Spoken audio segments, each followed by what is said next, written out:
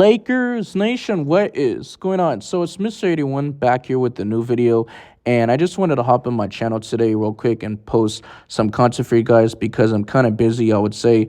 But I'm not going to waste too much time. I'd really appreciate it if you could do me a favor. Like the video so my channel can grow to get it to more people. We're also on the road to 3K subs. And turn on the notification bell for future uploads and content in this channel. So I'd really appreciate that a lot. Love you guys, and give me a review. So we just got a recent update involving center Jonas Valanciúnas, and they did reveal the asking price is still the same. So it says it could be a maximum of 2 second-round picks per at Joshua B. Robbins, and also according to David Aldrich. I'm pretty sure you guys heard of him, but he also quoted this. He says one league sources whose team is not currently involved with the Washington Wizards in trade discussions about Jonas Valanciúnas believes that it's going to be 2 second-rounders will wind up being the maximum value Washington can get for him. So he's aging. He's 32 years of age. He's like 6'11", weighs about 265 pounds. He isn't my favorite option, but I do believe it's the most realistic, like I said before. And also, Rob Pelinka probably has his eyes set on this specific center. Maybe it's Walker Kessler and acquires, some first-round picks or two. So that's why he hasn't put a trigger on Jonas Valanciúnas yet. Maybe they're not interested in him because he was available to be traded on December 15th. And that's almost damn near a month and a half ago, right? And this month is going by fast. So that is actually crazy. You could literally, trade for Jonas Valanciúnas if you wanted to right now and swap Gabe Vincent's contract and give up 2 second-round picks for Jonas Valanciúnas. And maybe he's interested in a player like Walker Kessler. He's young, so they're looking for a player that can help for now, but also, in the future when LeBron James does retire and Anthony Davis will still be here, right? But Danny Ainge still doesn't want to come off those 2 first-round picks. He still wants that. And I'm going to be honest, I really don't know what's going on in the backstage and stuff like that in the front office, but maybe Rob Pelinka is, asking Danny Ainge, can you remove one of the protections that we traded for Russell Westbrook? And, Danny Ainge is going to be like, you know what? I want another first-round pick, right? 2031, because the Lakers have 2029 and 2031, but he's going to play hardball. That just makes him a great GM. And I just know how Danny Ainge is. He loves to play, cards. You get what I'm trying to say? But that's why, the Lakers haven't traded for a center. But also the Phoenix Suns are in preliminary talks with the Charlotte Hornets on a trade for Nick Richards. So if I'm the Lakers, I would just pull the trigger, not keep waiting, because if we continue to keep on waiting on the Walker Kessler and stuff like that, then we're going to miss on other centers. I know there's some other players like Clint Capella, Robert Williams, even players like Nick Claxton from the Brooklyn Nets and, Dajuan Sharp. I don't think Nick Claxton's, really realistic, but maybe Dajuan Sharp. And I know the Lakers did trade for Dorian Finney-Smith and also Shake Milton, but it's kind of odd that the Lakers didn't get a deal for, Dajuan Sharp. I almost lost my train of thought, but yeah, man. So they can always go back to, book and get Dajuan Sharp. The Lakers are also going to be in trade talks and stuff like that and trying to communicate and see what they could get for Dajuan Sharp, but they wanted at least maybe a first-round pick, so maybe that's why the Lakers didn't trade for him. And I think the asking price will eventually go down, so that's why they got Shake Milton the deal instead, even including a player like Dorian Finney-Smith. But, the market's very dead, right? So we'll see what happens. Lakers fans, NBA fans in general, you guys let me know in the comment section, how do you guys feel about a player like Jonas Valanciúnas? Like I said, he's not my favorite option, but I believe he's just, better than what we have, right? He's a center, not a defense center, but he's not really athletic. He's not mobile enough to switch out on the perimeter, and he's slow.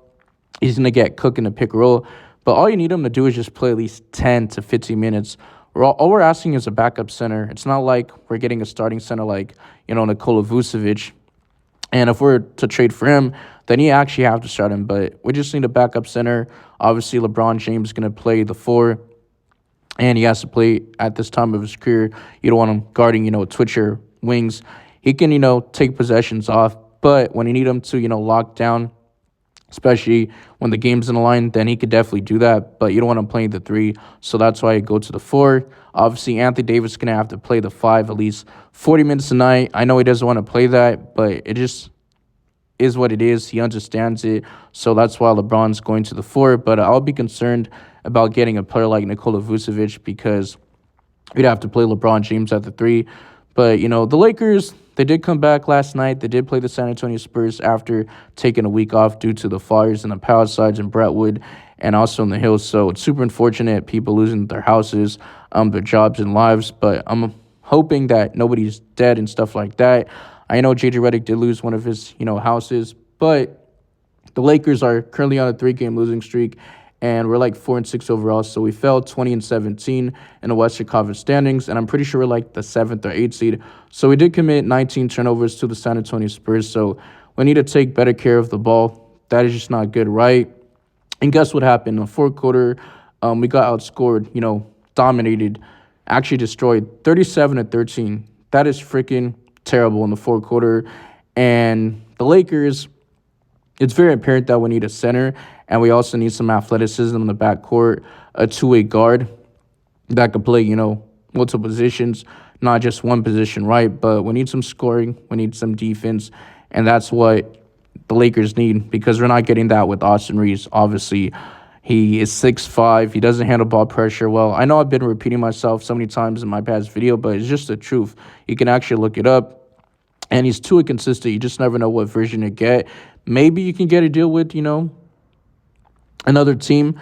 But like I said, this isn't my favorite option. Obviously, Anthony Davis did lead the team in scoring. He was like the only one that showed up with effort. He had 30 points, 13 rebounds, 2 assists, 2 blocks, and 2 steals. He had 4 personal fouls. But the Lakers had to take him out the game, and they played Jackson Hayes. And he can't position himself. He's just too not disciplined. He had like 4 points in 13 minutes, 1 rebound for a 7-footer. That is actually pathetic. And the Lakers lose on Michael Cooper night. And I'm starting to see this more. Every time it's very important, the Lakers lose, right?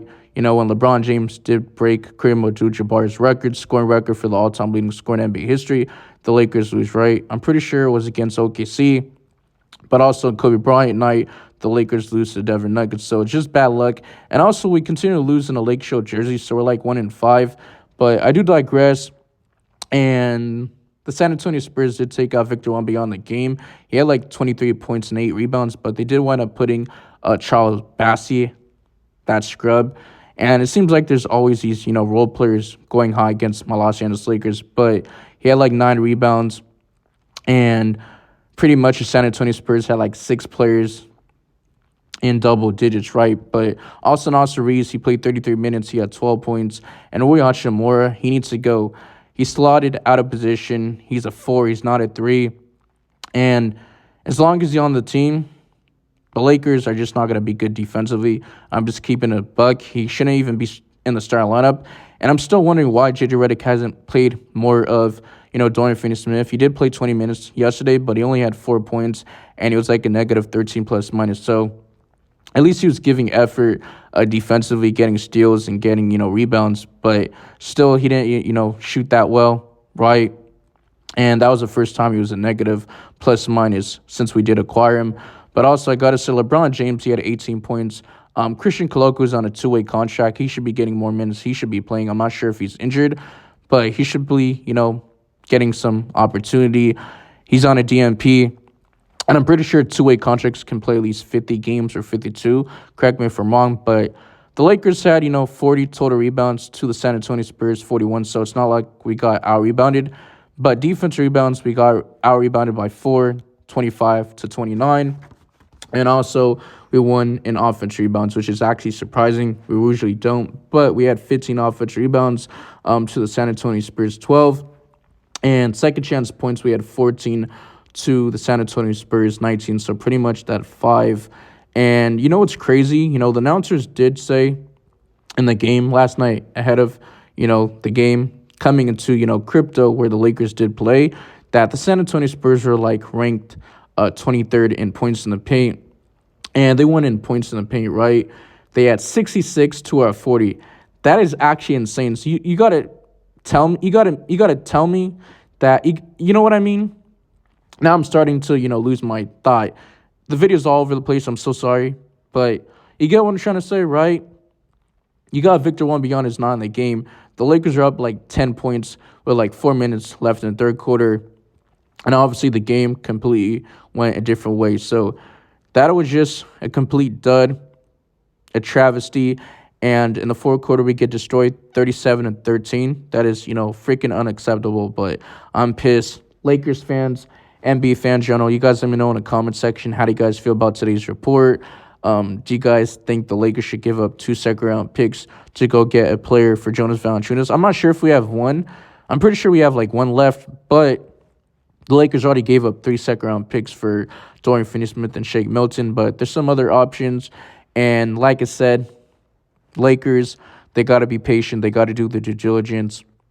And that's why I think Rob Pelinka has his eyes set on a certain center. So we'll see what happens. Follow my socials. The links will be down in the description. And I'll definitely keep you updated. I'm so sorry if I'm stuttering and this video's all over the place, but I'm pretty busy. And yeah, I have to go. I'm out of here. Peace.